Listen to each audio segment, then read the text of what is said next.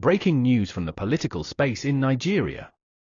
Former Kaduna State Governor Nasir El-Rufai has shocked many people with a powerful statement about the 2027 presidential election. He has thrown his support behind Peter Obi under the African Democratic Congress coalition. And guess what? He even confessed that he regrets supporting Bola Tinubu in 2023. Let's break this down. Stay with me till the end, because what El-Rufai said could change everything. Don't forget to subscribe to this channel for more breaking news and interesting stories. Nasir El-Rufai has always been known as one of Nigeria's most fearless and outspoken politicians. Throughout his career, whether as a minister, governor, or even within party leadership, he has never shied away from saying things exactly the way he sees them. Love him or hate him, one thing about El-Rufai is that he speaks with authority, and when he makes a political statement, the entire country listens. That is exactly what happened when he made a surprising declaration regarding the 2027 presidential election. In a political atmosphere where many people thought that alliances were already fixed, El-Rufai shook the table with one single move. He publicly threw his support behind Peter Obi, not under the Labour Party where Obi contested in 2023, but under the African Democratic Congress coalition, popularly called ADC. For many Nigerians, this announcement was not only shocking but also a clear sign that the political map of Nigeria is beginning to change in ways no one expected. El-Rufai is not just any politician, he is a man who once stood firmly at the center of northern politics and played a very important role in delivering victories for his party in past elections. So, for someone like him to come out openly and say that Peter Obi is his choice for 2027, it is more than an ordinary endorsement. It is a political earthquake. What makes his statement even more interesting is the advice he gave along with his support. El-Rufai did not just say, "I support Obi." He added a very strategic piece of counsel that speaks to the core of Nigeria's political reality. He told Obi directly that if he wants to win in 2027, then his best move is to pick a northerner as his running mate. El-Rufai put it simply, with a northerner as your vice president, you are good to go. Now, for anyone who understands Nigerian politics, those words carry a very deep meaning. Nigeria has always been a country where ethnic and regional balance plays a huge role in elections. It is not enough to have great policies or popularity in one part of the country, a candidate must be able to build bridges across the north and south, east and west. That balance has often determined who wins and who loses. El-Rufai knows this very well. He himself benefited from northern support during his political career, and he has always been considered one of the strong voices representing the northern region. By telling Obi to pick a northerner, El-Rufai was not just giving casual advice, he was laying out a blueprint for victory. He was saying, Obi, your movement already has energy in the south and among young people. But if you add the north to your base by choosing a trusted northerner, you will create a ticket that is almost impossible to beat. This advice is coming at a time when Nigerians are tired of division and tribal politics. People are desperate for a government that can truly unite the country and address the common suffering that everyone is going through, whether in Kaduna, Anambra, Lagos, or Kano. El-Rufai's statement therefore sounded like a message of hope, suggesting that maybe, just maybe, the old barriers that kept Nigerians apart politically can finally be broken. But beyond the strategy of north-south balance, El-Rufai's endorsement of Obi under the ADC coalition sends another strong signal that the era of the two big parties, APC and PDP, dominating Nigeria's elections may be coming to an end. Remember, Peter Obi contested under Labour Party in 2023 and shook the entire political system. For the first time, a third force rose and gave the ruling party sleepless nights. Now, with ADC becoming a new coalition platform and with a heavyweight like El-Rufai backing Obi, the possibility of an even stronger third force is becoming very real. What this means is that Nigerians might not be forced to choose only between APC and PDP in 2027. They might have a coalition that carries the energy of young people, the credibility of Obi, and the northern reach of El-Rufai's influence.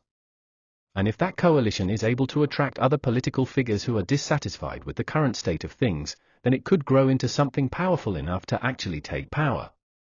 Think about it for a moment. El-Rufai was once one of the loudest voices inside APC. He worked day and night to make sure his party stayed strong. But now, he has shifted and is saying openly that Obi is the future. This is not just about one man changing sides.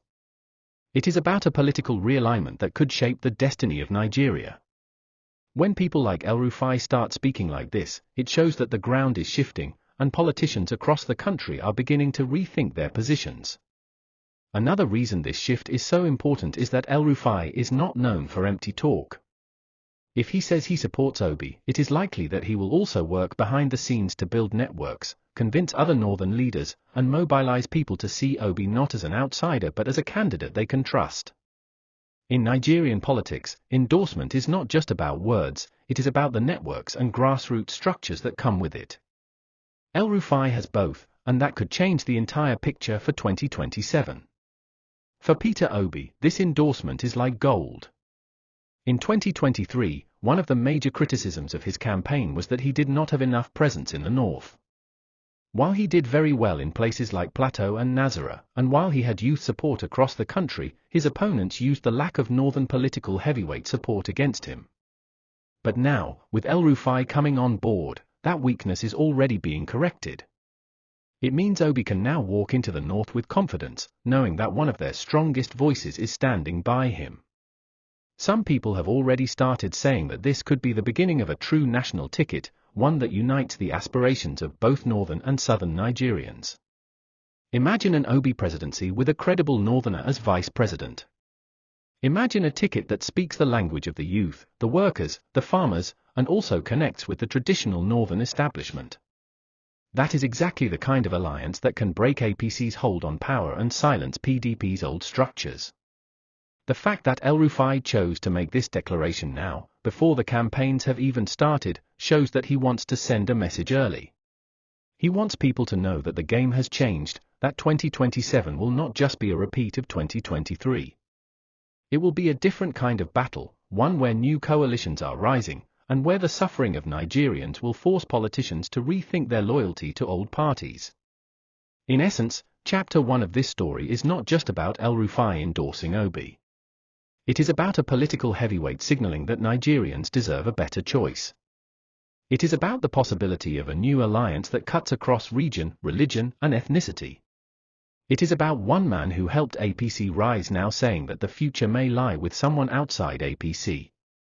And it is about the hope that maybe, with the right strategy, Nigeria can finally produce leadership that unites instead of divides.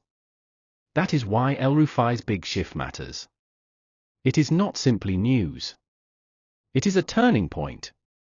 And for Nigerians who have been waiting for a sign that real change is possible, this could be the spark that sets 2027 on fire. Nasir El-Rufai spoke about his support for Peter Obi. He did not stop there. He went further to reflect on the past, and this part of his statement has created even more discussion across Nigeria. He admitted that he regrets supporting the candidacy of President Bola Tinubu in the 2023 election. For many Nigerians, this was a powerful confession because El-Rufai was not just an ordinary supporter of Tinubu, he was one of the influential political leaders within the APC who worked hard to ensure that Tinubu emerged victorious. Why then would a man of his status and influence come out openly, barely halfway into Tinubu's tenure, and say that he regrets his role? The answer lies in what Nigerians are going through today. El-Rufai explained that the hardship in the country is too severe for anyone to pretend that things are fine.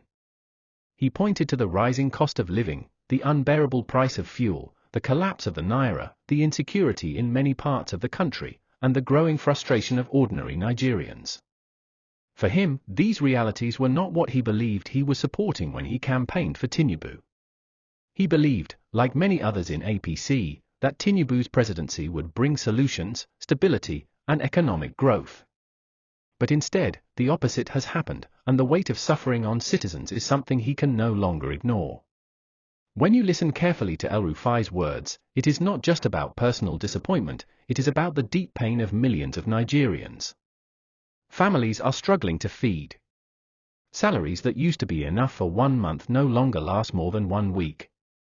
Transportation costs have doubled and tripled because of fuel prices. Students are leaving schools because parents can no longer pay fees. Many small businesses have shut down because they cannot afford electricity or diesel. Across the nation, the atmosphere is heavy, and the sense of frustration is growing. For El-Rufai, this is not the kind of government he thought he was helping to install. He admitted that when he supported Tinubu, he hoped that experience, political will, and promises of reform would make a positive difference. But instead, he has watched as policies have made life harder and harder for ordinary Nigerians.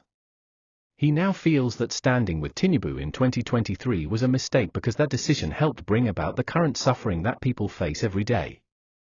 This regret is important because it shows that even within the circle of those who once believed in Tinubu, patience is running out. It is rare in Nigerian politics for leaders to openly say they were wrong, but El-Rufai has broken that barrier.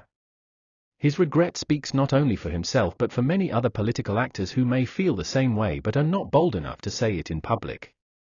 By speaking out, he has given voice to the frustration that millions of Nigerians feel each time they go to the market and realize their money cannot buy half of what it used to. What makes his regret more striking is the fact that El-Rufai was never a man who followed politics blindly.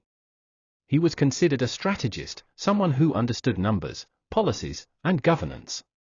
For him to say he miscalculated shows that the level of disappointment in this administration is even deeper than many imagine. If a strategist like him could be let down, then ordinary Nigerians who had little trust to begin with have every reason to be angry. Another layer to this regret is how it reflects the mood in the North.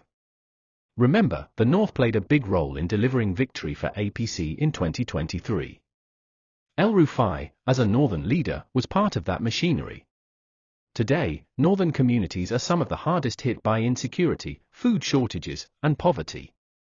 Farmers cannot go to their farms in many states because of bandits and terrorists. Markets are empty, and food prices are rising daily. The same people who were convinced to vote for APC are now wondering if they were deceived. El-Rufai's regret echoes this northern frustration, making it not just a personal reflection but a political signal that the North is not happy. By admitting regret, El-Rufai is indirectly telling Nigerians that loyalty to a party or to a candidate should never be more important than loyalty to the people. He is saying that the moment leaders see that their choice has brought suffering, they must be humble enough to admit it and look for a better way forward. In a political culture where many leaders refuse to take responsibility, this honesty has shocked people. It has made many ask themselves whether other politicians will also begin to admit the truth about the situation. It is also important to see how this regret connects to his new support for Obi. El-Rufai is not just regretting the past, he is trying to correct it by endorsing a new path. For him, Obi represents a chance to rebuild the trust he lost when he stood with Tinubu. By backing Obi, he is telling Nigerians, yes, I was wrong before, but now I see a better option, and I will not be silent this time. This combination of regret and endorsement is powerful because it shows sincerity. It is one thing to say, I regret, but it is another to follow up with a plan for change. El-Rufai has done both. For ordinary Nigerians listening to him, his words connect with their reality. When a mother wakes up and cannot afford food for her children, she does not need a politician to tell her that there is hardship. She feels it every day. When a worker spends half of his salary on transport because of fuel prices, he does not need statistics to know that things are bad. What El-Rufai has done is to take this everyday suffering and translate it into political truth. He has said openly what millions whisper privately, that the government they voted for has failed them. In the long run, his regret may encourage more leaders to speak honestly. It may also open the door for realignment in 2027. If other northern leaders begin to join him in saying that enough is enough, then Obi's path to victory becomes stronger. This is why El-Rufai's regret is not just about the past, it is about the future. By distancing himself from Tinubu now, he is preparing the ground for a new alliance that may give Nigerians the change they are crying for. Ultimately, El-Rufai's regret stands as a lesson. It teaches that politicians must think deeply about the choices they make because those choices affect millions of lives. It reminds Nigerians that they too must hold leaders accountable, so that when things go wrong, leaders cannot just pretend that all is well. And it creates hope that maybe, in 2027, the country can make a better decision, one based not on party loyalty but on the reality of who can truly deliver progress. That is why El-Rufai's words about Tinubu are more than personal feelings. They are a mirror showing the pain of a nation. They are a confession that even those who once defended this government now see the truth. And they are a call for Nigerians to rise, to demand better, and to prepare for a new future. The decision of Nasir El-Rufai to back Peter Obi and at the same time distance himself from Tinubu is not just another political drama. It is a development that could reshape the entire 2027 presidential race. In Nigeria's political history, we have often seen defections, endorsements, and betrayals, but this one feels different. It feels like a shift that touches the foundation of how elections are fought and won in this country. The first thing to understand is that El-Rufai's support gives Obi something that critics have always said he lacked: deep northern political access. In 2023, Obi surprised many with his performance. He captured the imagination of young people, professionals, urban dwellers, and frustrated citizens who wanted change. He also managed to win states that were not traditionally considered his strongholds. But his biggest challenge was the North. While he gained votes in some northern states, the truth is that he did not have the kind of powerful figures who could open doors for him across the northern establishment. This is where El-Rufai comes in. El-Rufai is not just a politician from the north. He is a figure who has governed Kaduna, one of the most politically strategic states in the region.